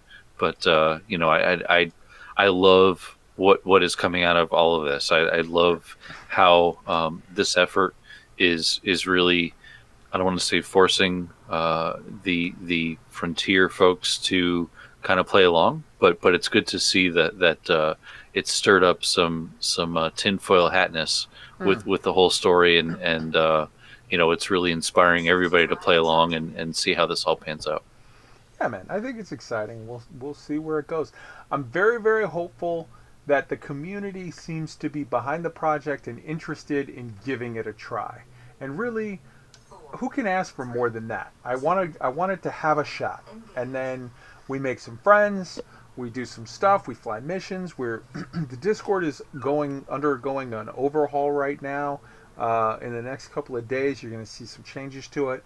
There's going to be new functionality for people to, we already have added the looking for group channel and some other things, but there's going to be, just wait and see. There's some stuff coming with roles and computer stuff, and I got a guy who's way smarter at this crap than me, and he's getting some stuff set up, which I think is going to be cool and exciting. And if it gives people an opportunity to get together, to work together, to have fun, to have a mission, I don't know. It seems fun. Seems fun to me. So, fingers crossed. I don't want to give people the wrong impression and say, see, we got it. We're on the right track. But I will say I'm kind of with Roy. Seeing the thing, they said all the right things. They didn't promise anything, but it left me very, very excited. And I hope that it left other people excited as well. All right. Let's move to the next thing. And this is some high quality shenanigans of the highest order. And it's got me excited for some fun things that we can do. And it's got me, I definitely know, of some fun things that we're going to be playing with in some sort of group events soon. So, for those who have not heard about it, there was a group that got together, and I believe, I could be wrong, but I believe that sort of the main culprits in this that are deserving of the credit and of the sort of plaudits for getting into this are the guys over at the Burr Pit community. in their little science division, and Alec Turner. And this is a weird little thing here. I'm going to drag the picture over for this, and I'm sure because of the way that all of the, what do you call that, the lag works or whatever, that this is going to be a thing that you don't see until it's off time, but you're going to see it in a minute, and it looks interesting. There is a thing that you can do where you use force shell cannons, and if you get the force shell effect, what it does basically is it pushes the ship that you shoot. And there's a weird little glitch where if you're using force shell cannons to provide, you can provide sort of a mega boost jump to an SRV. And here's how you do it. On the screen, you'll see the diagram here, eventually in a minute or so. You park a ship right at the edge of a cliff. You have a second ship with force shell cannons that fires on your first ship. Now, since your ship is parked, the ship that is parked on the edge of the cliff is literally landed with the landing gear down, the push effect doesn't work. But instead of just it like negating or whatever, the computer, there's some glitch or whatever where it transfers that kinetic energy into potential energy. And what that means is that, as you can see in the diagram, I hope you can see it by now. Let me take a look at the screen. Are you guys seeing it by now? Yes. As you can see in the diagram, when you fire through, it's going to go, you're going to make a plane straight through that parked ship, and that's where it's going to launch the SRV. So now, you fire through, you put some shots in there, and it saves just a massive load of potential energy onto the hull of the parked ship. You come along with an SRV and you jump onto it, and it turns that parked ship into the world's greatest trampoline, which will literally launch your SRV, in this particular case, into orbit, which is absolute crazy time and just completely silly and stupid and fun and awesome, and I cannot wait to try this out. Guys, what do you think? Yeah, I mean, for me, that this just speaks to this never-ending sandbox of things that continue to be tryable and people have discovered with this game. You know, Alec and the rest of the Burr Pit folks that took place or took part in this. You know, to figure this out is, you know, I'm just putting together this entire equation to figure out what had to be set up to figure this out. I don't know if it was an accident. I don't know if it was on purpose. But you know, just playing through this scenario to get an SRV up into orbit using this method is just unbelievable. It's just so silly. I can't wait to see other people try it, and really, you know, the more of this kind of thing that people try and come up with really just tells me that there's even more out there for us to figure out. Right on. Roy? When I first saw this, I mean, it's incredible. I was thinking of the. Have you ever seen Punkin Chunkin, where they build it's like a yeah. trebuchet to throw pumpkins, and it's a competition for distance. This is what I thought of when I saw this. Is like, wouldn't this be a great thing to put together some kind of a competition around that using this mechanism? That'd be fun. Yeah, man. This has, to me, this has dubs written all over it. I can see dubs and tracks and data sitting there together, and Chig sitting there together, and like, okay, here we go, let's go, pew, and just launching SRVs into space just for funsies. And man, I love this shit. This shit is awesome, and I love the Burr Pit community. I love Alec Turner. I love Canon and AXI and just all of the nerds that are out there doing cool shit. And they're like, hey man, let's do a thing and see what happens. All right, fuck it, let's go. Like, oh my god. And I love Frontier for giving us this game that has all this weird shit in it, man. This game is so cool. All right. Anything else you guys want to cover on that trampoline into orbit situation? before we. I No, want to see someone play catch between planets with an SRV. Yeah, I was Station on going to both say, sides.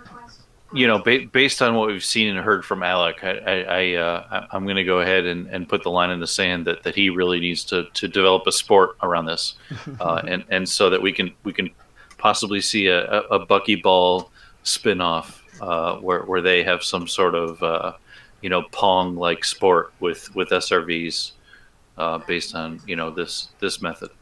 So for all of you in the chat that are like, or watching this that are like, whoa, that's interesting, whatever. There's going to be that screenshot that I just dragged onto the screen. There is going to be available for you to see, as is the forum post with information, and it has all kinds of other stuff. It's good stuff. I highly recommend you check it out and get to launching people into space using weird transfers of potential and kinetic energy. Right on. All right, the next issue we have is the new Elite Dangerous podcast coming. It's called Flight Assist, and it's coming from hosts Psychit and Mal for the Win. They're going to do a double episode starting on Monday, and then after that, every Monday thereafter, they're going to have an episode. And it's www.flightassistpodcast.com. I want to welcome them to the community. Well, obviously, these are two very big streamers, so I want to welcome them to the community of podcasting on Elite Dangerous, and look forward to seeing great things from them. These are two absolutely awesome people, and I can't wait to see what they do. Now I have a new podcast to add to my Monday. It's awesome because Tuesday is obviously when I get my guard frequency fix every Tuesday. And Wednesday is when I get my Lave Radio fix, and Thursday is when I get my Hutton Orbital podcast fix, like late Thursday. And you've got Friday, you've got loose screws, and Saturday you normally get us, and then we do other stuff throughout the week that goes here and there. And now we got Monday to add to the list, as well as sort of our ones that come here and there as they come. And so I'm super psyched, guys. What do you think? Yeah, the more the better. It's a growing community. There's all kinds of things around this. The surge in attendance that you talked about at the beginning. It's a resurgence that's just really thrilling, and it's definitely on the upswing, and that's good for everyone. And I love Psychic. She's so great, and I love Mal. He's all like, it's like, man, you can't go wrong with those two. It's like, what do you call that? You got chocolate in my peanut butter. It's two great tastes in one. Like, I'm really looking forward to what they bring. Fee? Yeah, I was going to say the same thing Roy did.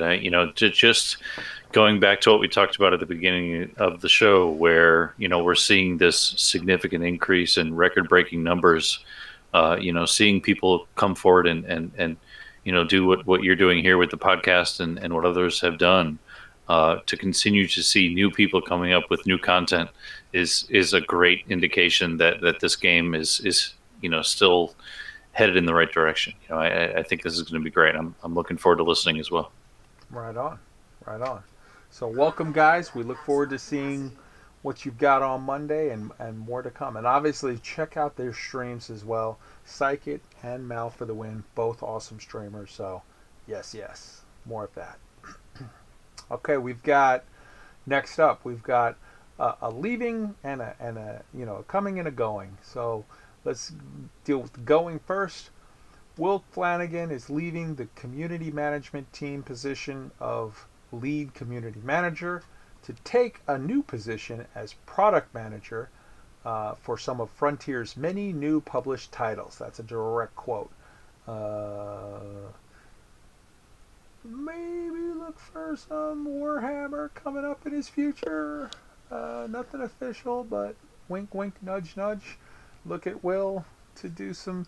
I think he's going to be working on a couple projects, but I think you might see him display some interest in some Warhammer stuff. So congratulations to you, Will. Well deserved.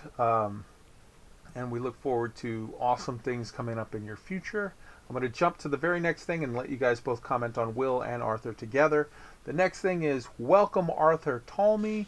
He's joining as the new lead community manager covering Elite Dangerous and more! Exclamation point. Obviously, he's taking Will's old job. He's been playing Elite Dangerous since launch on the Xbox. And again, you know, nothing official, but maybe you might find out that he's got some interesting history with some FPS type situations, some games, and we look forward to seeing what he's going to bring. I think that Frontier's just been going from strength to strength as they add people into key positions, and I think that you know, some people are going to be like, oh, we lost Will. No, we didn't lose Will. Will is working for Frontier. He got a promotion to being a product manager, which awesome. Congratulations. That's a great situation. And you know, and now we've got Arthur. And I look forward to unofficially, wink wink, you're going to see Arthur on Thursday. He's going to be, it's not announced yet, but he's going to be, I don't think it's announced yet, but he's going to be doing the stream on Thursday. So look forward to getting to know a little bit more about him. Look forward to getting to know sort of some of his CV with regard to being an elite player, which, you know, people are always like, oh man, they got a new person. They don't even play elite. They don't know anything. Dude, that's not their job. Their job isn't to be a good elite player. Their job is to manage the community. And the people that they've been getting have been doing a great job of doing that with the resources they've been given, as sparse as they have been at some times. But I think Elite is turning the corner and is starting to become more and more open with their community, and I think that these are all good sort of steps in the right direction. All right, let's start with Roy. Hop in with your thoughts on these two events. Well, first, congratulations to both of them. I think it's I would tie this together with the interview we saw with Dave Braben a few weeks ago, where he was talking about them being a third-party developer or third-party publisher rather, and the insights that came from that about. I mean, I sort of put that together with this and just say there's some good things going on with this company, right? They got some good culture, cross-pollination between groups. They're not siloed. There's a sort of a nice energy coming from all of this. And then I'd also say, while we don't expect community managers to be, you know, crack shots of everything in the game, I think it is nice that he's got this experience, because people look to someone like that to be able to empathize with what they're going through in the game if he's trying to relate with people, and that's a strength, right? It's maybe not a hardcore requirement, but it's certainly a strength. So I'm looking forward to seeing what fruits come of that. So good all around. Absolutely. I didn't mean in any way to belittle the fact that it's awesome that he has experience with the lead. I'm just saying, when you call people out, like when you call out, oh well, Tim didn't have experience playing the lead, or oh, Bruce didn't. It's like, or you know, oh, Steven didn't. It's like, guys, their job is to do something else, and they're doing it well. The fact that Arthur has this sort of extra bonus sort of skill set of he's already an elite player and has excitement for all of those things in the game, I think you're going to see that, as well as, you know, I guess when you get a little more information about him on Thursday and find out, you know, some background with regard to like Borderlands be things he does, and some other FPS type situations. There'll obviously be things he doesn't need to come up to speed on, right? He'll have experienced it already, so that's, I think, going to be very, very interesting to see where he takes it, having already had that foundation. Right on. Fee? Yeah, you know, Roy, I'm tired of you stealing my thunder, man. It's really getting old.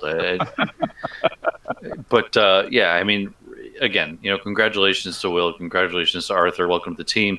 Glad to see Will moving upwards and onwards. You know, I personally think that the whole reason he took the position is so he doesn't have to endure another 24-hour stream, and he got himself out of that. And you know, that's you know, the in between the lines stuff that we're not even supposed to be thinking about, and now Arthur is going to be subjected to that. It's going to be fun to see how he can withstand that punishment. But you know, above and beyond all of that, I like to see new faces. I like to see new people stepping in to contribute to the community and to help us enjoy the game. If you think back a few years ago, that was a very limited audience, and it's good to see new faces, and it's good to see the potential of what that's going to bring.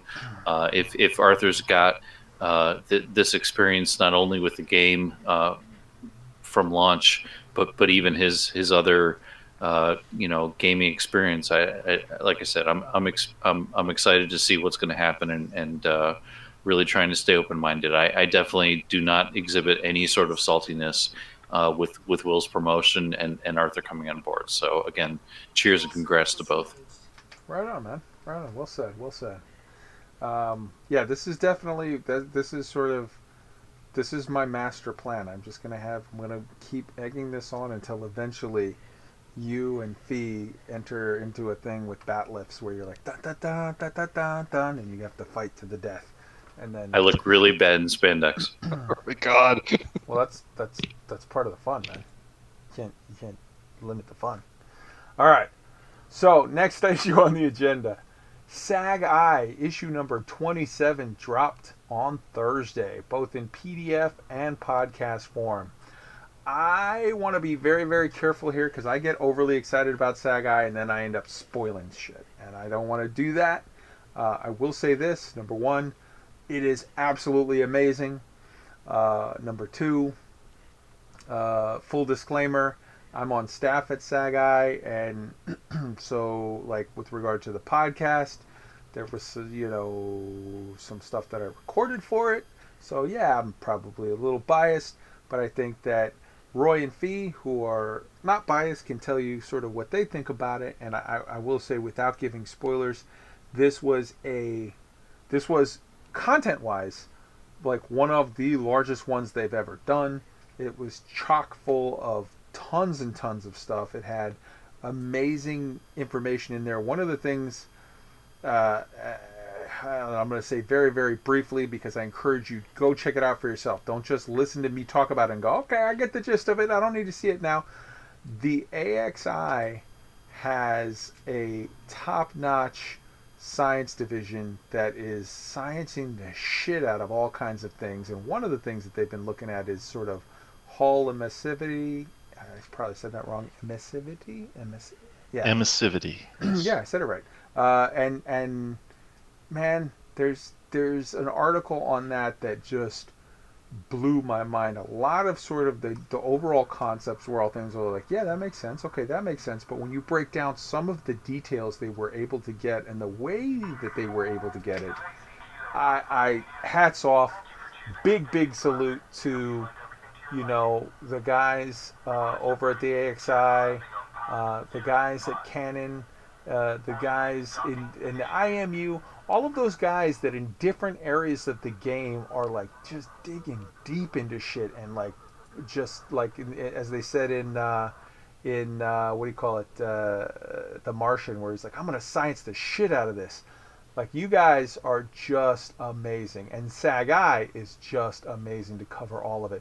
And I only mentioned one thing on purpose. There are several other articles in there that will, I think, the fleet carrier one is amazing.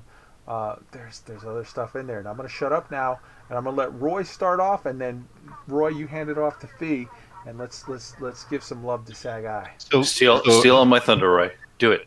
Do it. Go ahead. Are we, so just to be clear, are we just in terms of like spoilers, are we not going to talk about things? No. I'm on staff, so like I've read through and listened through the whole thing like 3 times. You guys go ahead. Yeah, I've read it and listened to it, and for those that aren't familiar, it's a fascinating publication in that it's done from a sort of almost like an in-game persona perspective, right? 100% in universe. It is written in universe. And there's an audio version of it where people are voice acting it. I mean, this may be obvious to some, but for newcomers, it's a very unique publication in that sense that you wouldn't get if you just read it. Mm-hmm. I mean, obviously, when you read the articles, you get that they're being written from a perspective of someone who's in the Elite universe. But when they have an audio version of it where people voice act, and Kai's one of the voice actors among many cast of fantastic voice actors, it's I like to actually consume both at the same time. I listen to it while I'm looking at it because sometimes, as in the case of this article about the building ships that can be stealthy in AXI combat or other situations, there's tables and charts and other things. So it's a true multimedia experience. And high production quality. And this particular issue, chock full, a real treasure. Two of the articles stood out to me. I mean, they were all. I could spend a lot of time talking about all of them, but two of them, I guess, would be at the top. One, the one you mentioned about the testing that was done on from the angle of how to best optimize fighting Thargoids, knowing that they are susceptible to your ship going cold and them not seeing you, and that's a valid combat tactic. And so there was research done into, okay, what are the boundaries of that, and which ships are better than others, and some of that's more generally known, but they really got into, as you say, they scienced the shit out of it and actually came up with equations and charts and some insights that I think are genuinely new. And worth absolutely checking out, not just from an AXI combat, but if you're at all interested in stealth from a PvP perspective or stealth from a smuggling perspective within the game. Lots of insights to be garnered from there. I'm very interested to see where the group that's researching that goes from here, and actually interested in participating in some of that myself. There's a number of us that are. Look, there's a thing in this game where the stealth mechanic works to a degree in PvP. It doesn't do much in NPC fights unless you're doing smuggling into a station. Yeah. But to the degree that maybe that's going to get expanded in Odyssey in the future, and to the degree that it works now with the aforementioned applications of it, it's great to know how to use it. A side benefit to reading that article and listening to it for me was for all of my ship design and theory crafting, I've been very heavy into Coriolis. This article kind of opened my eyes to ED Shipyard, which has I don't want to disparage Coriolis. I've used Coriolis almost every evening I've played the game because that's my sort of going to bed thing. I'm going to play with ship designs and it's kind of a go to sleep thing. But anyway, ED Shipyard has I think a much more granular way to represent thermal characteristics of ships. So that was brought to my attention through this article, and I've been now looking into that. It's fascinating. Both are great tools. The other article that really spoke to me as an amateur astronomer was about the streams in the Milky Way. I mean, I'm familiar with the Magellanic Clouds and some of these other things, but I didn't really get that some of the other smaller, I don't know if they're really called dwarf galaxies, but there's other subsets of galaxies that have interacted with the Milky Way that have not only interacted, but are creating these sort of flows of stars. There's one that's actually in a polar orbit of the Milky Way that's created this stream of spread out stars that's sort of in a halo in a polar orbit around the Milky Way. I thought that was fascinating. Some really interesting stuff in there. So. Absolutely. Fee? Yeah. Okay. Well, I certainly can't follow what Roy just talked about. That blows any sort of feedback I would have in this quarter's episode of SAG-I. My overall generalized interpretation of SAG-I is the best way to think about SAG-I is that it is like the player manual for the game on steroids, right? It gives you an in-depth analysis of facets of the game that you will not get at face value when you play the game. And really, for those of us who appreciate the game for what it is, appreciate the game for what it gives to us as a one-for-one simulation of the Milky Way, as Roy has very succinctly explained, that there's all kinds of pieces of this, not only with the game, but even in the interactions of the stars within the galaxy. It's just, I really appreciate the hard work that you and the rest of the SAG-I crew put into these episodes, into these issues, and really making that multimedia experience. The different articles related to everything that we've talked about. There's even an article that talks about the politics piece here, and we're talking about what is going on with the Federation and what Hudson is up to, and I just, again, I think SAG-I really gives you an opportunity to take your gameplay to another level and really get you, that how does Yamek say it? Immersion. He gets you, even more immersed, or this gets you even more immersed into the game. Really, I think this is definitely something for those of you that haven't explored SAG-I. It's definitely, this episode in particular is really good at kind of giving you that holistic, picture of all the different facets of what the game can give you. Well said. Very well said.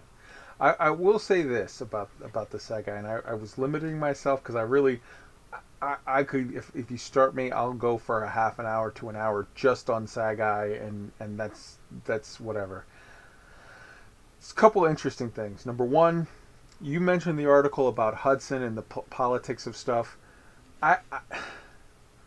The article that they had on Hudson was sort of a continuation and explanation and really meaty, in-depth analysis of the whole storyline that started long ago, years ago, of Jasmina Halsey in sort of being goaded and pushed into a situation by Hudson where she's like, oh, Onion Head is it's so bad, and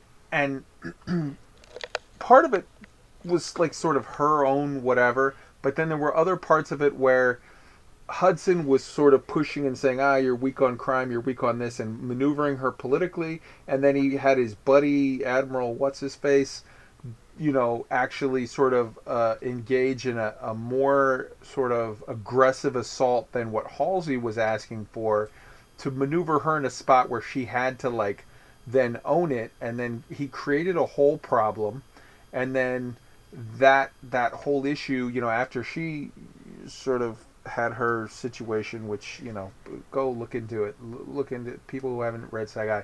She was on a ship that mysteriously sort of was lost, and then she was found later in an escape pod, and then she claimed she saw aliens or the founders of the galaxy or whatever, and then they shipped her off to a nut house, and then she got out of the nut house and went to go hang out with Mahan as his big advisor in the Alliance space. Lots of weird stuff happened there, but it tied in to a story there politically that was from 33, 02, 03, from years ago, and then it tied in so beautifully to the story of the Onion Head situation, and then into the whole story that happened sort of at the end of last year with the initiative with the Rockforth fertilizer, and then the Scythe of Panem, and all of that stuff. They tied it with a bow. And what I'm getting to with this point, this rambling point that I'm making, is this: Sagittarius Eye magazine is a better Galnet than we'll ever get from Frontier, unfortunately. And I say that with all due respect, because I'm a firm believer in Galnet. I'm a lover of Galnet. I want Galnet back. But Sagittarius Eye does it even better than they could. So that's not to say, I'm not at all saying, okay, well, let's let Frontier off the hook. We don't need Galnet.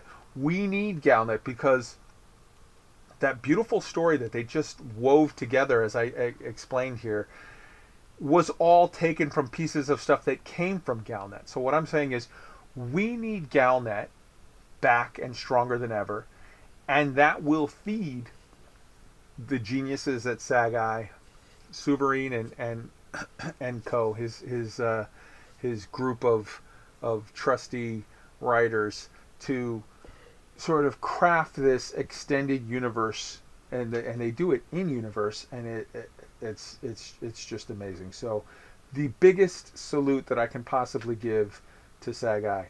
I am a person who makes a podcast about Elite Dangerous, and as a person who makes a podcast about Elite Dangerous, I will say this: if you have to choose between listening to SAG-I or my podcast, go listen to SAG-I. They're better. I hope you have time for both of us, but if you don't and you have to pick one, take them. They're the best, bar none. And weirdly enough, I will say it was an odd experience. In this particular episode of SAG-I, I not only played a voice part for some story stuff where, you know, I was in universe, I was interviewing somebody as a staff writer, blah blah blah, but I also had a weird little cameo as me. Literally, Burr was doing an interview. He was doing an interview about fleet carriers, and he's like, "Here's what Kai Zen had to say about his fleet carrier," and then I was me, which was surreal. That was cool. Yeah. So go check it out. It's amazing. We love you, SAG-I. All props to you. And the last thing before we get to the state of the game is this. There is a new Russian, well, not new, there is a Russian Galnet blog that is out, and I will have it in the show notes. And you might say, I don't speak Russian, so a Galnet blog does not help me. I will say this. You can literally you pull up the website, and then you get an option from Google saying, do you want to translate to English? Click yes. It's good stuff. There is some non-English speaking stuff that is coming out. There's a new guy that's put out, there's a guy that's got a Spanish podcast on Elite that is very, very cool, and I check it out, and it's good stuff. Unfortunately, I don't think there's a way for non-Spanish speakers to sort of enjoy it, but I will say, you know, for those, if you speak Spanish, go check it out. It's good stuff. You can look it up in Apple Podcasts and what have you, and it'll come right up, and then you just, you know, obviously you got to understand Spanish. There is a guy that's doing, he's new. There's a guy that's doing a German YouTube channel of like a news breakdown that he does basically the German witch-based news. He does like a 5 to 8 minute long sort of covering the news, and with that you can click on the Google Translate thing and or whatever with the subtitles, and you can get, you know, an English version of you know what he's saying, which is very, very cool. And now I'm really digging this Russian Galnet blog thing. It's like a newspaper thing that comes out, and they have very, very cool articles, and they have cool, you know, imagery and you know, charts and breakdowns and whatnot. It will be in the show notes for you to check out and enjoy. Fee, I'll let you go first, and then Roy, do you have anything you want to add with regard to the? I know it's sort of spring it on you, and it's like, oh yeah, sure, of course I've been watching the Russian stuff, but you know, hop in, and you know what? You can really thrill everybody. You can be like, "Привет, товарищ, привет, and then people will be like, holy shit, Fee speaks Russian. He's a spy. Na zdrowie. That's the best I got. Right on, man. No, I don't speak any Russian, but I will tell you that I am aware of Russians who play this game and who would appreciate the feat. So I think this is something that's good to see. I think it's something that benefits the community. Again, touching back on the original topic where we talked about the community expanding, the fact that we are seeing folks step up from multiple nationalities to contribute to the community, I think is a great thing. So it's good to see it. I'm happy to see it. I can't personally benefit, but again, I'm glad to see it.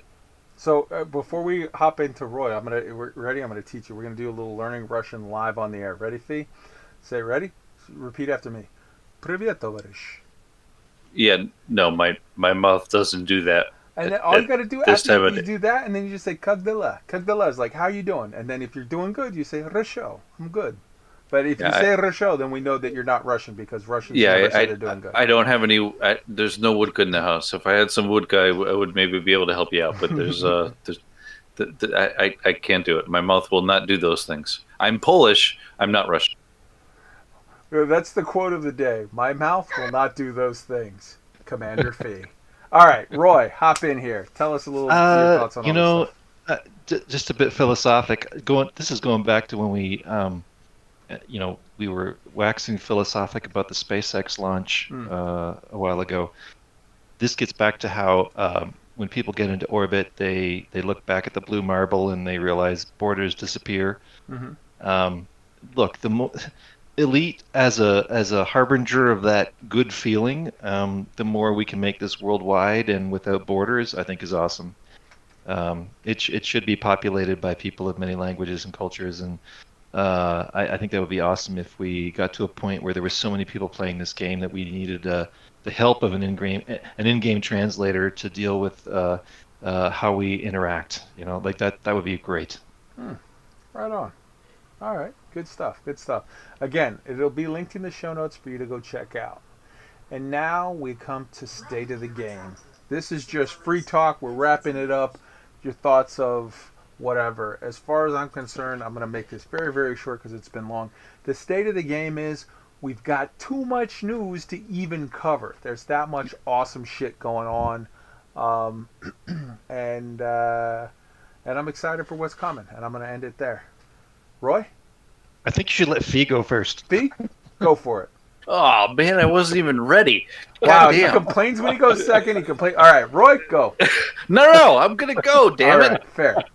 No. I again, we mentioned at the top of the call. My goodness, top of the Been in too many the conference show. Yeah, I have been in way too many conference calls. I think the way that the entire community is working off of what Frontier is doing, the way that the fleet carriers has obviously incited in a tremendous amount of excitement and engagement from the community. We're seeing those numbers through the roof, like we talked about. Just seeing this excitement and seeing people, not only like those of us that have been around for a while, continuing or increasing our excitement, but even seeing new people come to the table. I will tell you guys that personally, I've spent the past week bringing some new players up to speed and getting them interested and involved in the game. Seeing the new folks come on board and again seeing those numbers, I think that's fantastic. I'm really excited to see how things are going to move from here. With all the stuff that is ongoing, whether it's the ongoing variations with Gold Rush mining or what is going on with turning the wheel and the potential exposure of Raxla that has come out from the fleet carrier launch. We didn't talk a lot about that, but I think there's a lot of potential and a lot of excitement, and it just continues to build. We are not in a downward, we are in an upward trend. So I love this game, and that's all I've got. Beautiful, man. Go for it, Roy. Bring us home. Well, yeah, a couple things. First of all, in reflecting on my personal journey in this game, one of the things that's really opened my eyes in the last few weeks is BGS. Between Turn the Wheel and what I'm doing for the Loose Screws Network, when I first got into the game, I'd heard about that talked about as like the end game, or it's not even the end game. Honestly, it wasn't even put in those terms. It was more like this is something these weird people are doing in the corner, and I really reflected on in the past few weeks that the things I've learned as I've gotten more involved in BGS, and the things that Turn the Wheel has exposed, if you will, and even some apocryphal comments about FDev / David Braben around like you're not playing the game the right way. I've really come to terms with like maybe this is how we move the game forward, and I've really embraced the whole BGS thing. It's for me provided adds extra purpose to whether or not we're doing mining or trading or data runs or whatever. And so it kind of, in my mind, honestly, it lowers some of the issue about what am I making money on. It's more like there's a higher purpose here. We're doing something for a higher purpose. And in the service of that higher purpose, we may be asked to go do combat missions or mine or trade or whatever. And for me, that's been fascinating. And throw fleet carriers into that mix, and it's just added another element with more emergent gameplay into it. So this last couple of weeks with fleet carriers, and if I expand that to the time that we've had turn the wheel and my involvement in BGS in general, uh, uh, my experience with this game has just been going up and up, and so I'm thrilled. I'm really happy with where things are going. Yes, there's bugs. Yes, there's little nits here and there with balance and things like that, but I'm just having all kinds of fun, and for me, that's the most important thing about this. It's a game. Yeah, man. I cannot say it any better than Chig did the other day when he said, "Look, there's so much things that they can do, so many things they can do to make this game better, and I'm super, super excited for all of those things. But no matter how much they do, because this game is so expansive and so open and so sort of just amazingly full of possibility, no matter how much they do, there will always be more to do." So I think it's important to be excited, to want more, to look forward to it, but to do it in a way that doesn't get like, bitter or whatever. Like, I didn't get whatever. Like, okay, maybe, things come and things, it's like, it's the tides, man. The tide comes in, the tide goes out. Sometimes you get what you want, sometimes you don't get what you want this time. But man, it's moving in a very cool direction, and things are looking great. And oh my God, I've literally just clicked on the recording booth channel, and now I'm seeing. I don't know what. You know what? We're gonna end the show right here because that. Fee, why do you have gifs of a bunch of dudes in Spanish? You know what? Never mind. Come on now, Kai. Dude, if you don't know who the three amigos are, I know. then- No. I'm talking about the three guys in Spanish. Never mind. because That's why I turned the conversation with Yeah. that. I made a mention about spandex Beautiful. earlier in the conversation. Beautiful. All right. So, guys, I hope that you've enjoyed this little chat on the week that is the week of Elite. I think, as much as we were looking to aim the show on Thursdays, I'm really digging the Friday nights shows. I feel like it's a good way to launch people into the weekend. I feel like we get a lot of information. We get to digest it a little more, and we got a good Friday night vibe going on. So, Agreed. all right, we'll look for more of that.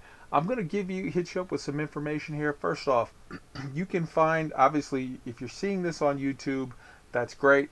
If you're listening to it on the podcast, though, I was going to hold on. Okay, hopefully I'm back unmuted. I had to cough there. If you're listening to us on the podcast and you want to check out the YouTube so that you can sort of enjoy it for yourself, then I would say check us out at, and I have to scroll back up because when I coughed I hit the thing. It's tinyurl, so it's https, whatever, all that, tinyurl.com/Elite Week 3306 for the YouTube. For the podcast version, it's tinyurl.com/Elite Week Podcast. For the email, it's eliteweek3306@gmail.com. You can reach me on Twitter at twitter.com/Kai, Kai 19103. And you can join the Discord at tinyurl.com/Elite Week Discord, all one word. There's no spaces in any of those tinyurl.com, so, I mean, sort of obvious, but yeah. Check us out. Come join. I would love to get some feedback. Send me some emails at eliteweek3306@gmail.com. Send me put some feedback here in the comments section with like, man, hey, I like this. Focus more on that. I want some more of this. Or hey, here's how I feel about the mining thing, and I know most people are going to disagree with me. Whatever. Or, hey, here's how I feel about this. Here's how I feel about that. I really want to get some conversations and some community involvement going. And also, if you want to record a brief, a couple minutes long, a brief like community feedback feedback thing, you can go onto the Discord and you can give feedback. But you can also, we have a channel for it there. But you can also record a voice message with some thoughts, and you can email it in as an attachment, and we will play it on the show, because I'm going to hand that off to Fee, and he's going to figure out how to do that. So yeah, I can promise stuff that I don't know how to do. Wait, what? Yes, Huh? sir. Huh? What? All right. Can't So wait to guys- see that. So guys, it's been great, and we're gonna take this out with a very cool, fun little song to just play us out for the night and start your weekend right. And let's go to here, and let's go to here, and let's play it. Enjoy, guys.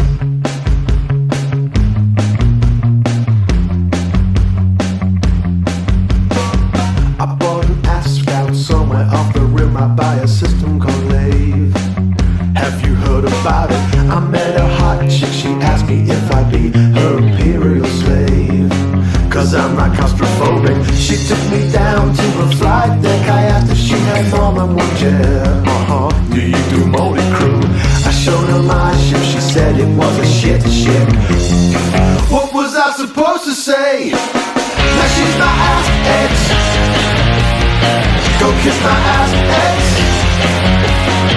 I bought an app scout, oh just to take you out. You said I wasn't the explorer you were looking for.